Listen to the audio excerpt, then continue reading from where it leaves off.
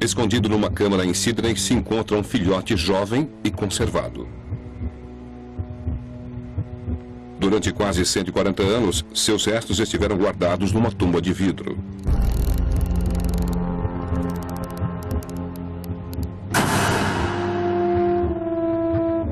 Mas esse não é um filhote qualquer. Na verdade, não é nem um filhote.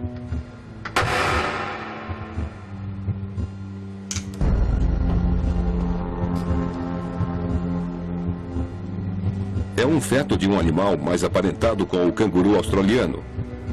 Um marsupial que parecia com um cão, tinha listras como um tigre e ainda carregava os filhotes numa bolsa.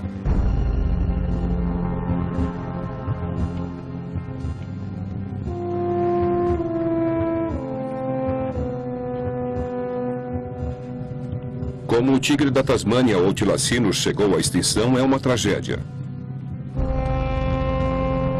Como poderá viver novamente, será um milagre. Nós temos nesse filhote as sementes, a capacidade, a cápsula do tempo para ressuscitá-lo, para trazer o tilacino de volta através do DNA preservado nesse animal.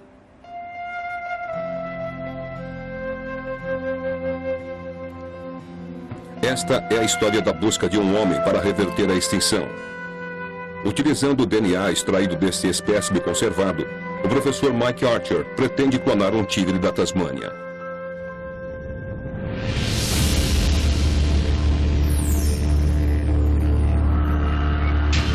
Clonando o tigre da Tasmânia.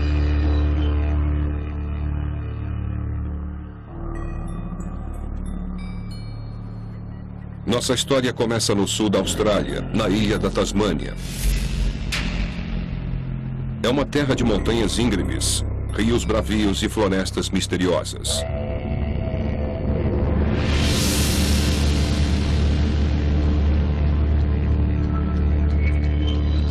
Há milhões de anos, está isolada do resto do mundo, separada por uma barreira de oceanos e perdida na distância.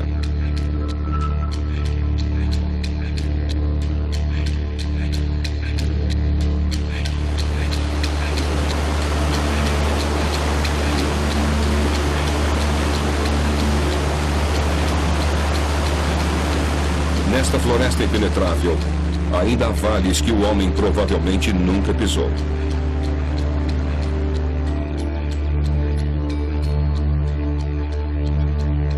Como o continente da Austrália, a Tasmânia possui cangurus, fascôlomos e cangurus pequenos, todos marsupiais que carregam seus filhotes em bolsas.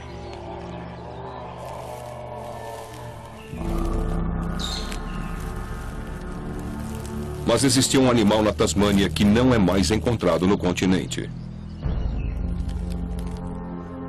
Um carnívoro feroz que aterrorizava todas as outras feras. O tilacino.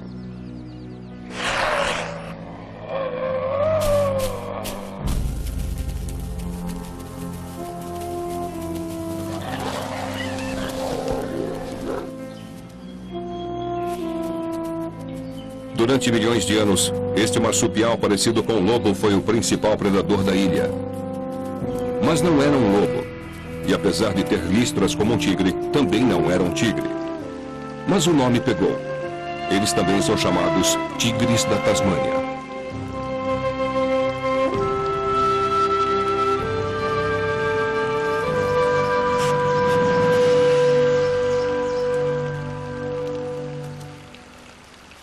Mas hoje, somente seu espectro permanece.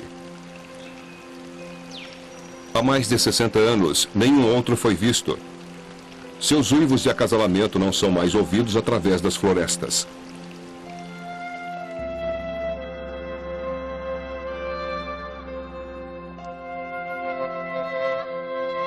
Pouco restou, exceto fotos e espécimes de museu. Existem peles e modelos empalhados. Alguns ainda mostram os furos das balas. A extinção do tilacino foi realmente premeditada. Uma exterminação em massa levada pelo medo irracional.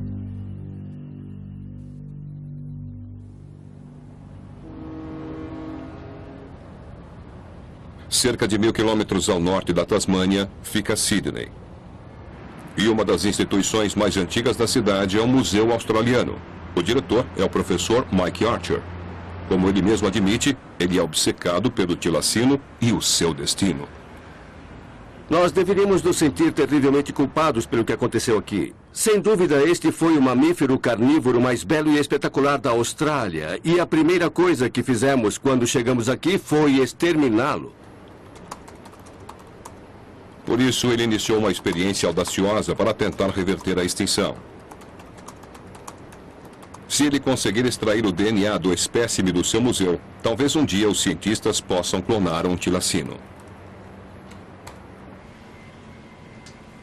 O espécime é um feto de tilacino, uma fêmea, preservada e conservada durante quase 140 anos num vidro com álcool.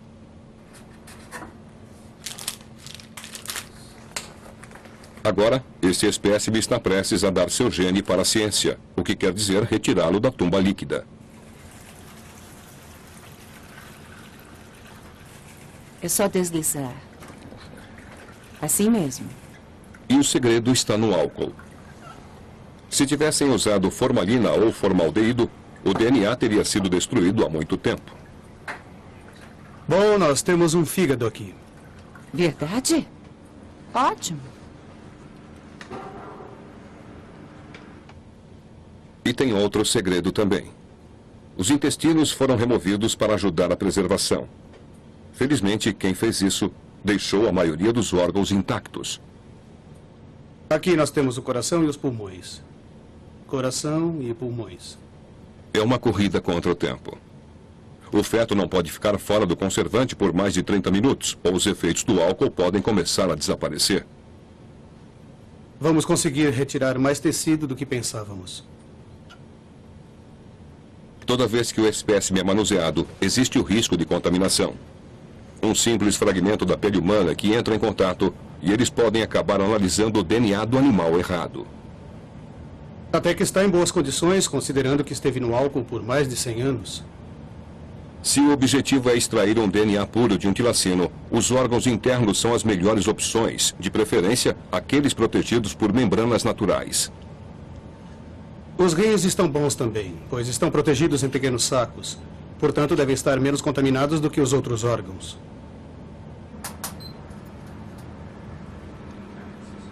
Rins, fígado, coração, medula, todos podem proporcionar boas amostras. Esperamos que todos também proporcionem um bom DNA.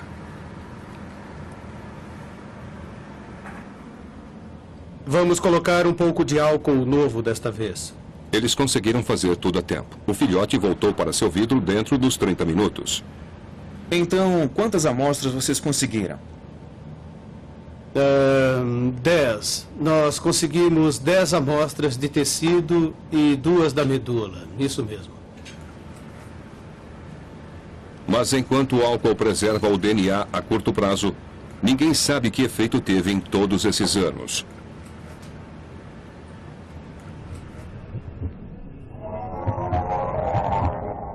E se o DNA tivesse se desintegrado? E se o código da natureza para construir um tilacino agora estivesse desse jeito?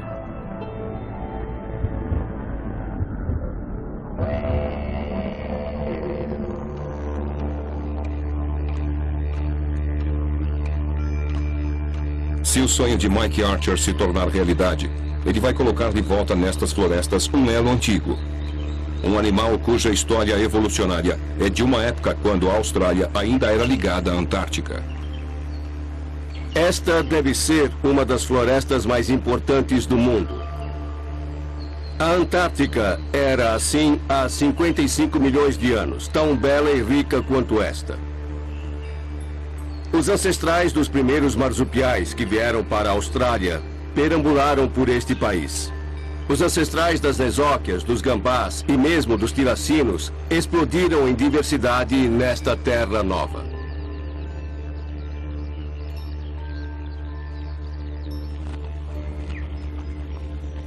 Para entender de onde o tilacino veio, devemos voltar milhões de anos atrás, quando seus ancestrais vagavam pela grande parte sul do supercontinente Gondwanaland.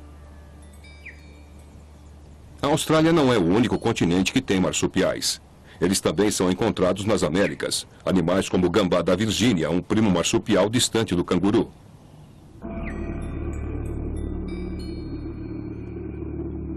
E eles também viveram na Antártica até cerca de 37 milhões de anos atrás, quando o clima mudou e o seu habitat desapareceu debaixo de uma camada de gelo.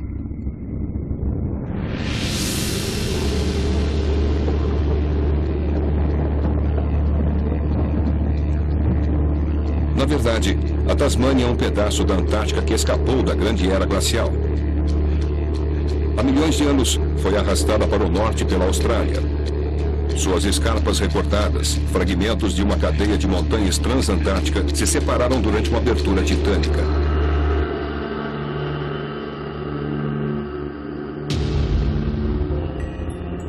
Quando o Gondwana se partiu, a Austrália e a Antártica foram os últimos continentes a se separar. Vemos que há 90 milhões de anos ainda estavam juntas. Mas a Austrália se deslocou para latitudes mais temperadas há 27 milhões de anos. Logo, se deslocaria para uma zona árida.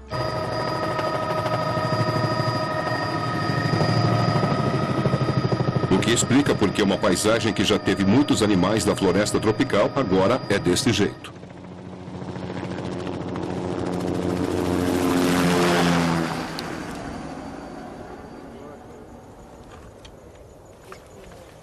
E foi aqui, neste deserto de calcário, em Queensland, no norte da Austrália, onde os tilacinos deixaram seus fósseis durante todos esses milhões de anos. Fogo! Vai ser quando chegar a 0, mas não vão ouvir o 0. 3, 2, 1...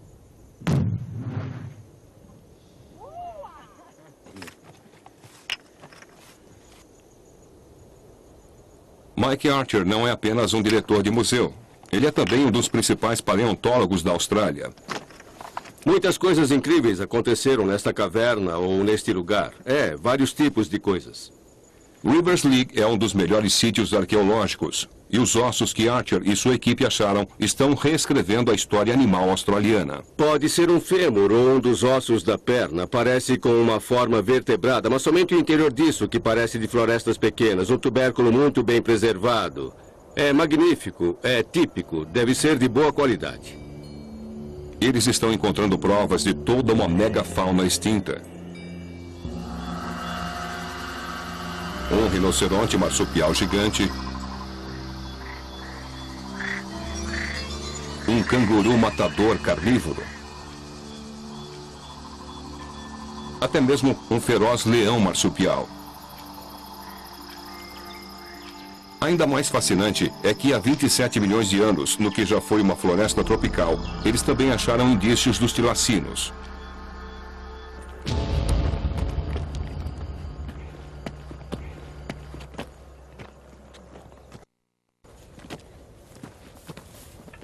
Este é o começo da história do tilacino. Nós encontramos uma bela parte de uma mandíbula com um dente magnífico nela. Podemos perceber este belo dente levantado bem em cima do osso. Temos muito a aprender com isto. É um dente de tilacino muito primitivo. A história ancestral dos tilacinos que encontramos escrita nestas rochas é algo que não podemos obter através dos últimos 200 anos de conhecimento que os europeus tinham sobre esses animais. O que encontramos nestas rochas é mais ou menos de 5 a 6 tipos de tilacinos. Alguns muito pequenos, médios, tipos comuns e especiais. Essa foi a época de ouro do tilacino. E à medida que estudamos estas rochas, descobrimos que lentamente eles foram desaparecendo. Foram diminuindo em número e em espécies. Portanto, mais ou menos 8 milhões de anos atrás, havia somente 3 tipos. Há 5 milhões de anos, somente um tipo. E, finalmente, há cerca de 4.000 anos, o último tilacino no continente desapareceu, permanecendo somente na fortaleza da Tasmânia.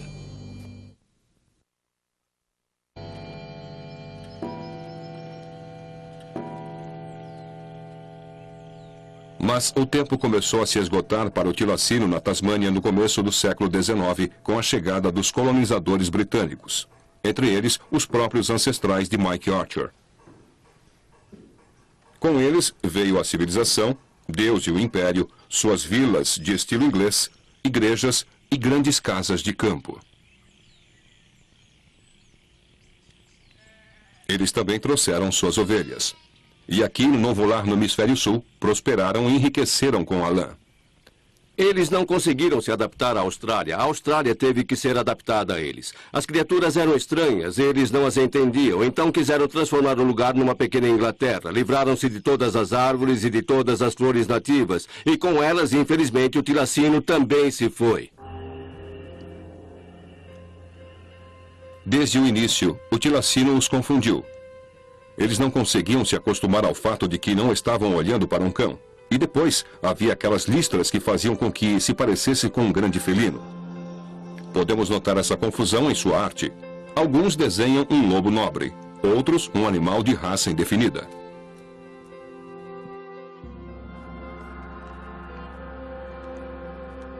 E quando as câmeras fotográficas chegaram, a confusão só piorou.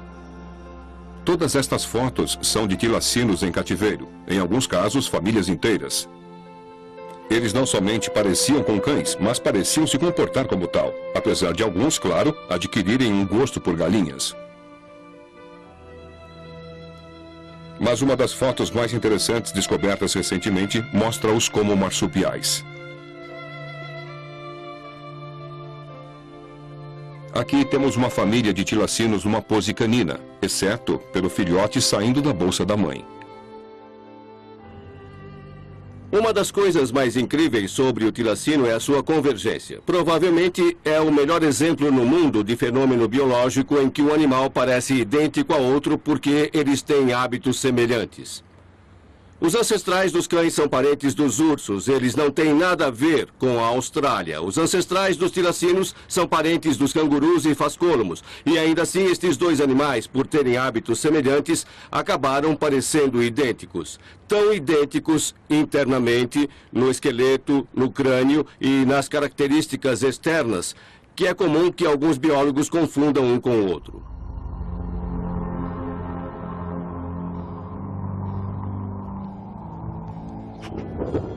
Mas alguma coisa estava matando as ovelhas dos colonizadores. Durante milhões de anos, os tilacinos caçaram cangurus pequenos e outros animais pequenos. Agora, crescia um mito de que era um matador de ovelhas. Portanto, enquanto cães ferozes corriam soltos pelo campo, o tilacino levava a culpa. Parece que os colonizadores precisavam de um bode expiatório. Então, a cabeça do tilacino foi colocada a prêmio. E o que a natureza levou 50 milhões de anos para evoluir foi exterminado em apenas 50. Em vários aspectos, a destruição do tilacino foi simplesmente um ato criminoso do pior tipo. Um ato criminoso, já que o animal foi feito de bode expiatório e destruído na Tasmânia pela crença fictícia de que atacava ovelhas, quando na verdade havia pouquíssimas provas disso. Esta é a tragédia desta situação. Não eram os tilacinos que comiam as ovelhas. Era tão raro isso acontecer que não faria diferença. Na verdade, eram cães selvagens que estavam acabando com as ovelhas. Esta área aqui já não tem nada hoje. Mas era uma das duas áreas no zoológico onde os tigres da Tasmânia ficavam. A extinção finalmente chegou no dia 7 de setembro de 1936. A data foi simbólica. Uma extinção de que pudéssemos realmente marcar uma data e um lugar. Aqui no antigo zoológico de Hobart, ainda lembram quando o último tilacino morreu. O último tilacino no zoológico, que ficou aqui durante 12 anos e 7 meses, morreu. Como resultado, eles se extinguiram. Então, até onde sabemos, este foi o último lugar do tilacino. Não há nenhum memorial para o último tilacino. Nenhuma pedra do seu cercado restou.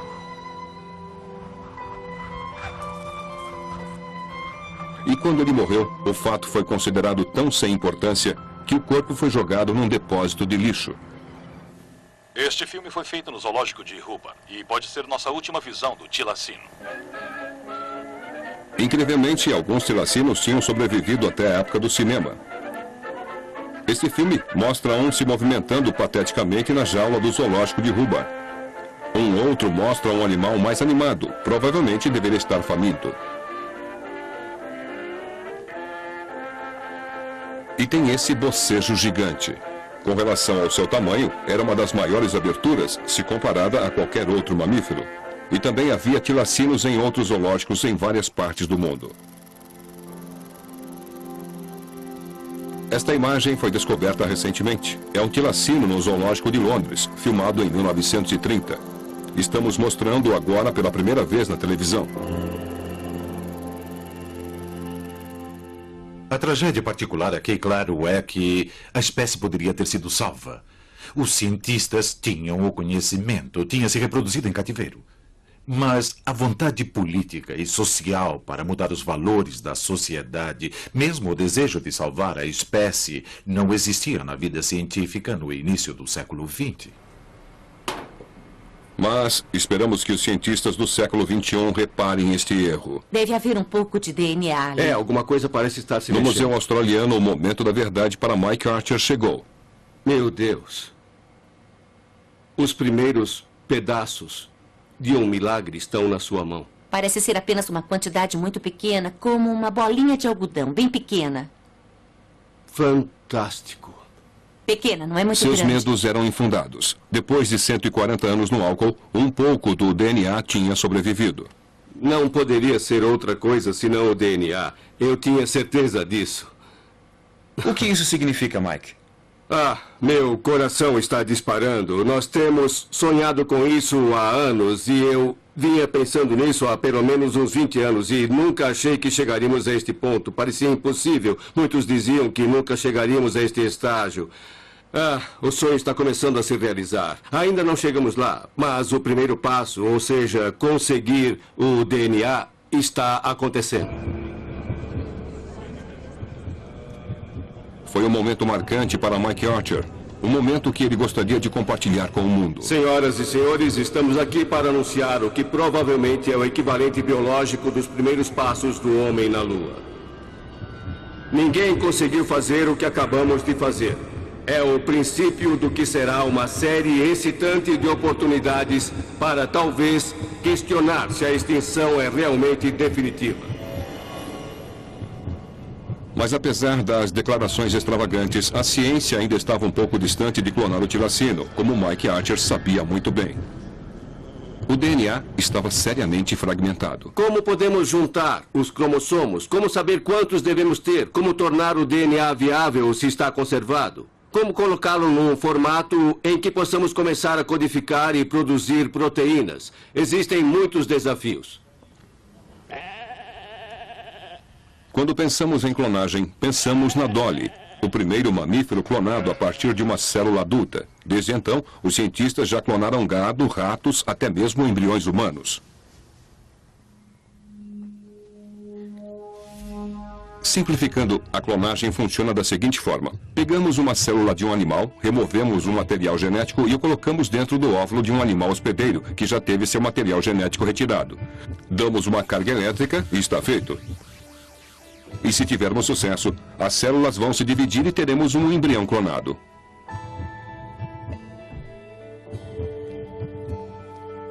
Mas qual é a receita da natureza para um rato, uma ovelha ou um porco?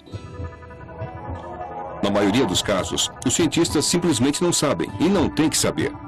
O que fazem é manipular o código da natureza. Mas reconstruir esse código é uma história bem diferente. O que temos que fazer é algo extremamente mais desafiador. Temos que pegar um DNA morto de um animal extinto e colocá-lo dentro da célula de um animal vivo. E torcer para conseguir, como resultado desse processo, o animal extinto de volta à vida.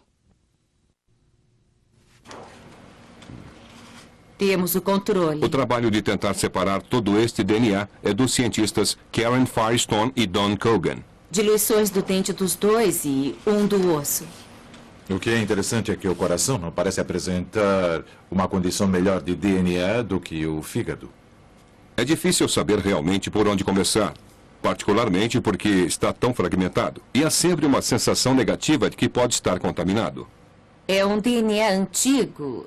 Está degenerado, está despedaçado em fragmentos bem pequenos. São praticamente 2 a 3 milhões de pedaços diferentes que temos que colocar na ordem correta. Também é um número de cópias muito baixo e é um material difícil de se trabalhar. Como o Parque dos Dinossauros, eles têm que reconstruir um animal extinto. É uma coisa de ficção científica.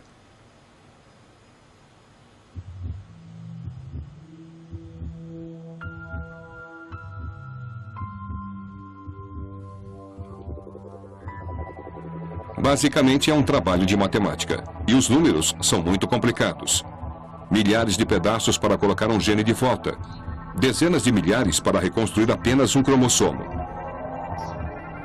E milhões de genes de tilacino, seu genoma inteiro é reconstruído.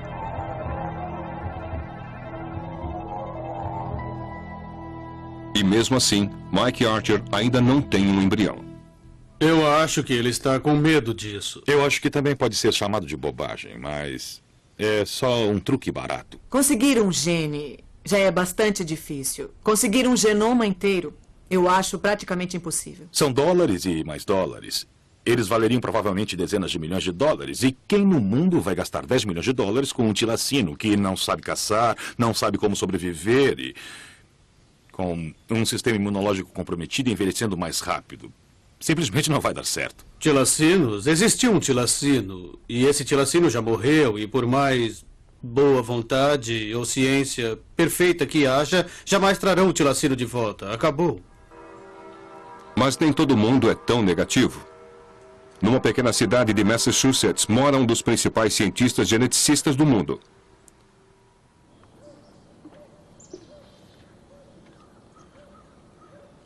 Se alguém pode ser chamado de Dr. Clone, este é Robert Lanza. Ele é um homem que combina uma aptidão para a ciência de ponta com uma paixão por pedras e ossos.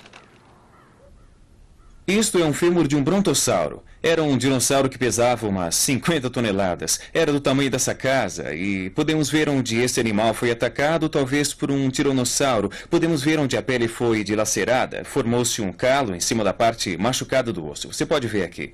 E aqui temos um ninho de ovos de dinossauros que tem cerca de 100 milhões de anos. Bob Lanza criou seu próprio Parque dos Dinossauros. E podemos realmente ver as conchas onde começaram a quebrar e sair dos ovos. Olha aqui.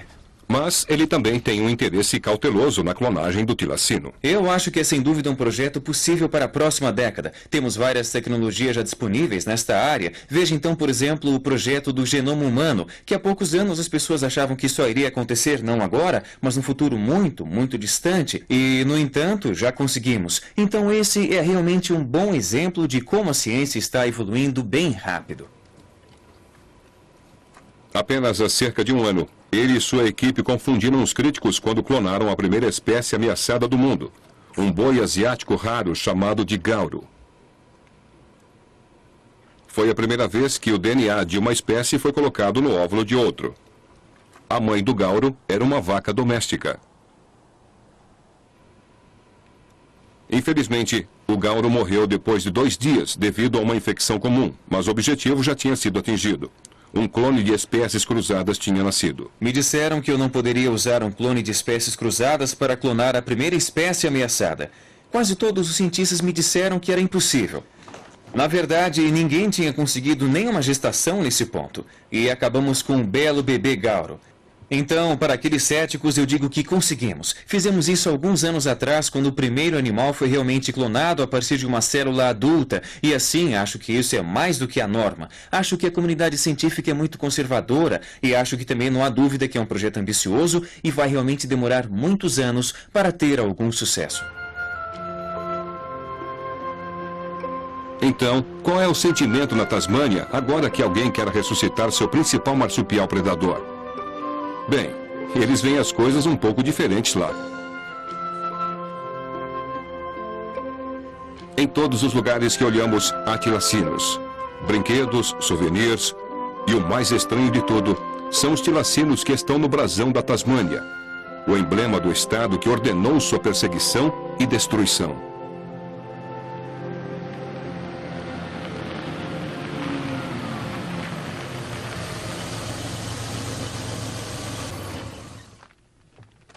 Isso nos faz pensar que ele está realmente extinto. E há muitos que juram que não esteja. Cole Bailey é um deles. Ele está convencido que alguns tilacinos ainda estão soltos nas regiões mais remotas, inabitadas na vastidão da Tasmânia.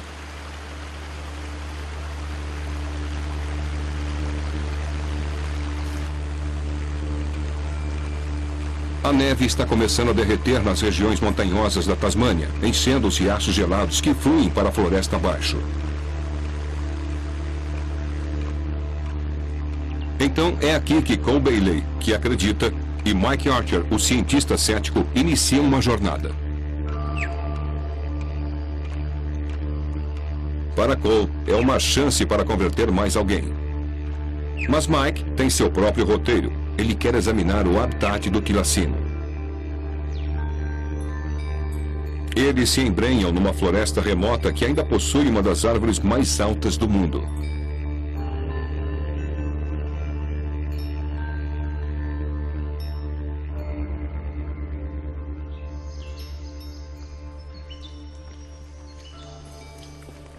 Esta é gigante. Esta árvore deve ter uns 100 metros de altura. Seria uns 320 pés? Deve ser. Isso que é árvore.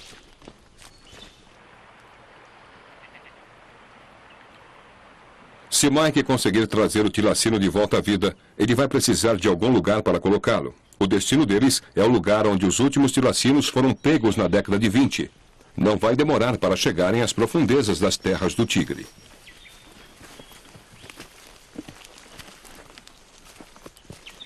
Espere, este não seria um dos lugares que podemos esperar que o tilacino apareça? Aqui é o tipo de lugar que se espera que ele se esconda durante o dia. Não é a toca ideal assim, mas é o esconderijo perfeito. Numa tempestade? Isto serviria para mim durante uma tempestade. É uma beleza, não é? É um lugar típico onde ele poderia se esconder. Muito interessante. Escondidos nas florestas de faia da Antártica, as samambaias e musgos parecem muito antigos, tão primordiais que é difícil de acreditar que qualquer coisa possa se tornar extinta aqui. Talvez seja por isso que é tão fácil acreditar nas histórias de fantasmas de tilacinos.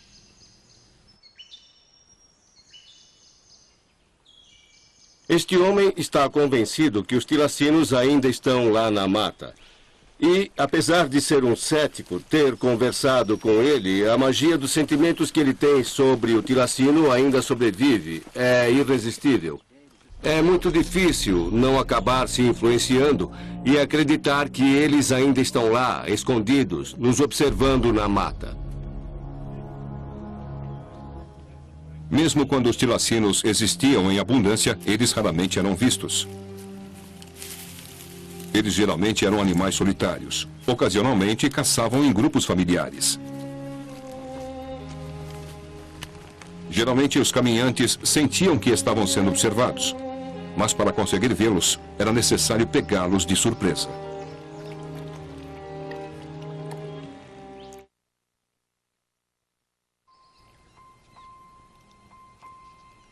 Agora, eles estão alcançando o clímax da jornada. Foi aqui onde os últimos tilacinos foram pegos na natureza. Em 1924, Elias Churchill pegou um dos últimos tigres vivos neste vale que acabou no zoológico de Hobart, um dos últimos 6 tigres pegos na Tasmânia. Isso é meio assustador. Poderia haver um agora nos observando.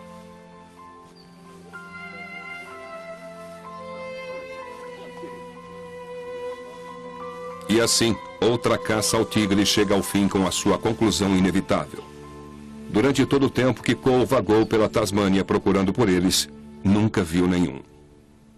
Eu acho que é muito improvável que este animal ainda exista, mas é possível. Mas se tivermos que gastar mais dinheiro nisso, eu serei contra. Há algumas razões muito básicas para isso. Uma é que, através das melhorias na produção primária neste estado e através do reflorestamento e novas formas de colheitas, temos muito mais cangurus pequenos e outras espécies que eram caçadas pelos tilacinos, provavelmente em toda a história. Portanto, deveríamos ter mais tilacinos do que nunca. E se desapareceram, muitos preferem que continue assim. Ao tentar trazer de volta um animal extinto, Mike Archer poderia esbarrar numa mina de campo moral e ser acusado de estar se metendo nos mistérios da criação. Mas, na verdade, a crítica veio de outras áreas, o movimento ambiental e a comunidade científica. Eu vejo a clonagem como uma opção muito fácil. Ela proporciona uma saída simples. É como dizer que a extinção não é para sempre. Podemos consertar mais tarde quando as coisas estiverem melhores. E se essa atitude permear, aí então ninguém vai se preocupar muito com as extinções. Eu tenho uma opinião bem formada que não se deve gastar mais nenhum centavo para clonar o tilacino. Se houver alguma razão molecular específica para fazer isso, é melhor que fique bem clara, porque não está aparente para ninguém. Acho que deveríamos esquecer isso e fazer alguma coisa mais útil. Muitos disseram que é um sonho impossível, que devemos fazer alguma coisa útil e que não devemos perder tempo ou dinheiro. Não posso deixar de pensar em alguém como Lord Kelvin, que em 1895 afirmou que as máquinas mais pesadas que o ar jamais voariam. O problema é que a clonagem ficou mal vista. Uma palavra que está ligada à problemática da clonagem humana.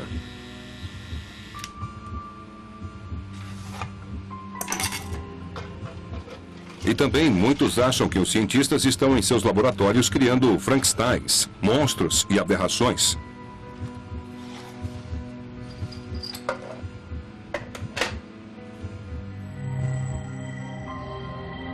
Bem, vamos conhecer uma aberração. O resultado de uma experiência extraordinária que aconteceu em Dubai, nos Emirados Árabes. Este é o meu garoto, é o Rama Unkama. Ele é um cruzamento entre um camelo e um guanaco. Ele nasceu há 3 anos e meio, em janeiro.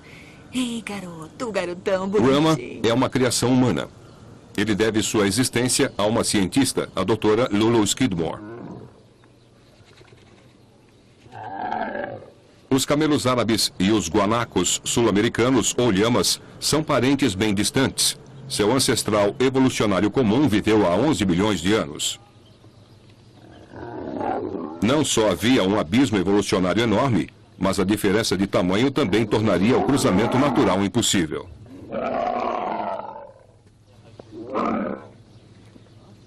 Então, óvulo e sêmen tiveram que se unir através de inseminação artificial para criar este híbrido. Mas houve outros problemas.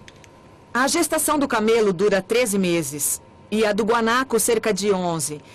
Então achamos que ele nasceria por volta dos 12 meses, mas na verdade ele nasceu depois de 10 meses e meio. O que foi uma grande surpresa para nós e uma surpresa para a mãe também. Tanto que ela não tinha leite, então tivemos que amamentá-lo. Mas Rama não é mais o único. Outro cama nasceu. Desta vez, uma fêmea, e seu nome é Camila.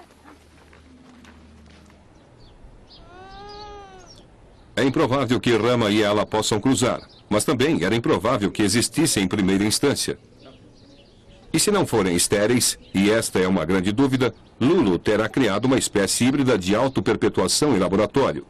E eles são camas adoráveis, não monstros ou Frankensteins.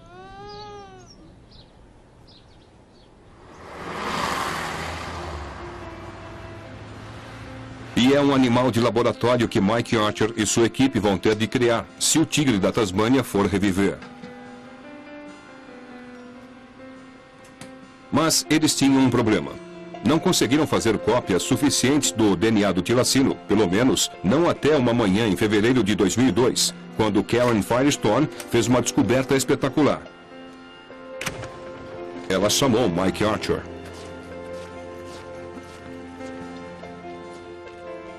Ela não somente conseguiu fazer réplicas de alguns DNAs do tilacino, como conseguiu fazer milhões de cópias. Cópias puras de fragmentos de DNA, um tilacino incólume e inconfundível. Para Mike Archer e sua equipe, foi o segundo momento marcante. Karen, o que você fez? Algumas sequências do tilacino. Então estes são os resultados da descoberta do PCR. São sim. Uma bela sequência. Sim, todas as bases aparecem muito bem. Pela primeira vez, o DNA do tilacino tinha mostrado que poderia potencialmente funcionar numa célula viva. Esta combinação é saudável. É, como nós esperávamos. Então, outro obstáculo importante foi vencido. Outra coisa que achamos que jamais conseguiríamos fazer. Brilhante. Muito bom, muito bom.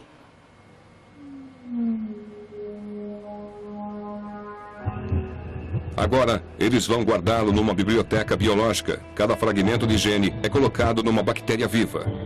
No nível microscópico, pelo menos, pedaços de tilacino logo estarão na terra dos vivos.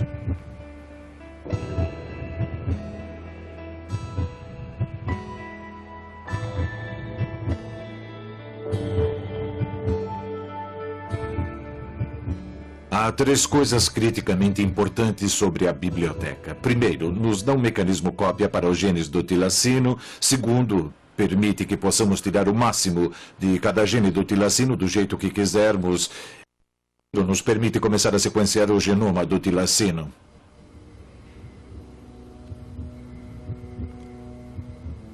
E supondo que eles consigam fazer isto, o processo de ressuscitar o nosso tilacino da extinção pode começar assim.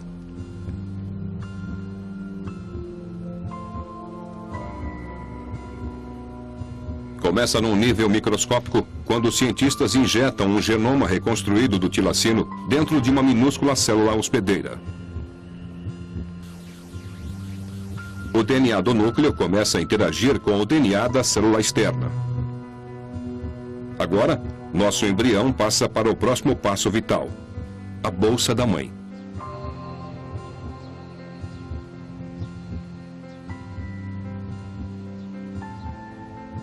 É necessário uma mãe de aluguel, uma escolhida das espécies aparentadas. Esta é uma delas, um gato coal, um marsupial carnívoro que também está ameaçado.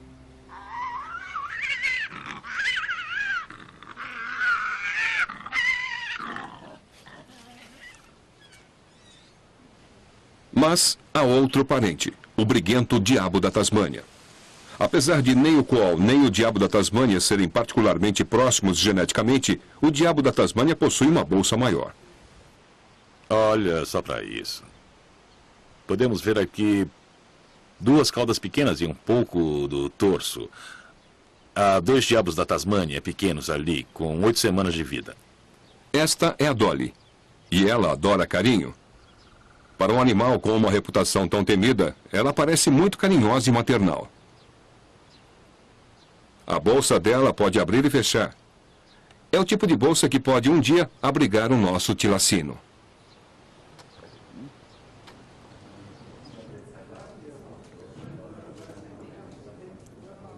Enquanto o nosso tilacino cresce, ele vai precisar de leite da mãe.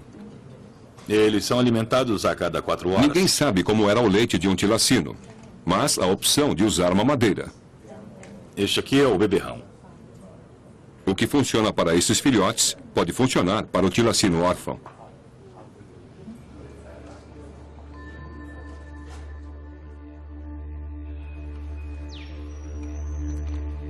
Agora chega o momento quando o animal mais solitário do mundo será solto em seu habitat.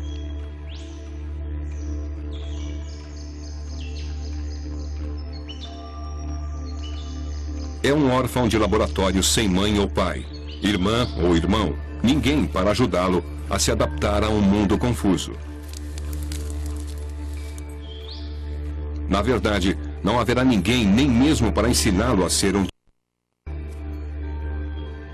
exceto os fantasmas dos seus ancestrais massacrados. Sem dúvida, eu tenho que fazer isto. A obsessão que tenho pelos tiracinos vai levar este projeto adiante e as pessoas que estão comigo têm a mesma obsessão. Eu não sei se isto é uma perda de tempo, como algumas pessoas dizem. Não tenho a menor ideia se vamos conseguir ou não, mas sei que vamos tentar.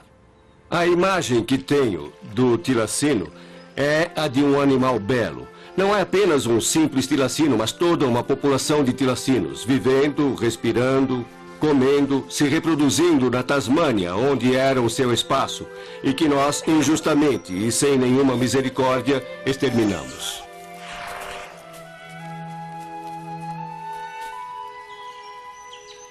Eu acho que podemos fazer isto. Talvez estejamos pedindo muito da tecnologia no momento. Talvez estejamos adiante do que ela pode fazer neste estágio. Mas se eu continuar e persistir com a minha convicção, acredito que nós teremos a chance de ver nosso sonho realmente se realizar.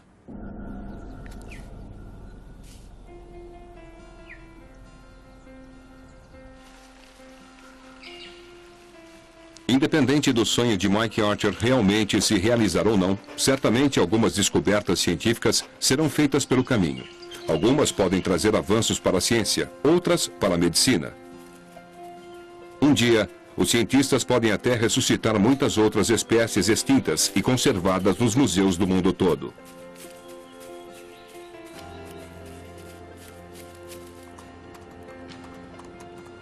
Mas se o tigre da Tasmânia ou o tilacino realmente reviver, será através da visão e determinação de um homem. Um homem que quer reverter o que ele acredita ter sido um grande crime do século XX. E se os avanços na ciência acompanharem a visão de Mike Archer, ele e sua equipe podem realmente conseguir acabar com a extinção.